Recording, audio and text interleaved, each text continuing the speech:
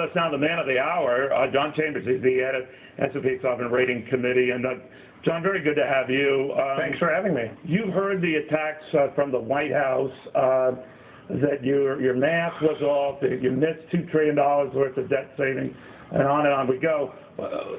Why did you do what you did? Well, as you know, yesterday we lowered the rating on the United States government to AA+ from AAA. The rating was motivated by a number of factors. One was the political gridlock in Washington, which makes us think that it's going to be difficult for elected officials to put the fiscal profile of the U.S. government on a long-term sustainable path. And part of it was because of the fiscal path itself.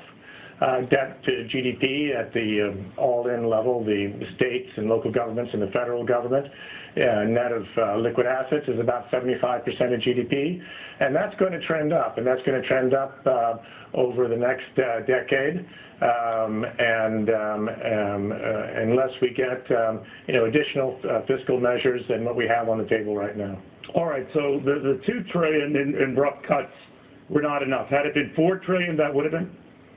If you get to the $4 trillion figure, which had been mentioned by the Bowles-Simpson Commission, which had been mentioned by the President in his April 13th speech, which had been mentioned by Paul Ryan in his alternative budget, that, if you have decent growth behind it, would have done the trick. All right, now your counterparts at Moody's and Fitch Investors were not similarly inclined to make the move you did, saying that this was essentially on a good step in that direction, no need to downgrade right now. You differed. Why? Well, we all have our own criteria on how we do things. Ours is published for the world to see. It takes 5 pillars. One's the fiscal setting, one's the political setting, one's the monetary, one's the external, one's the the economy.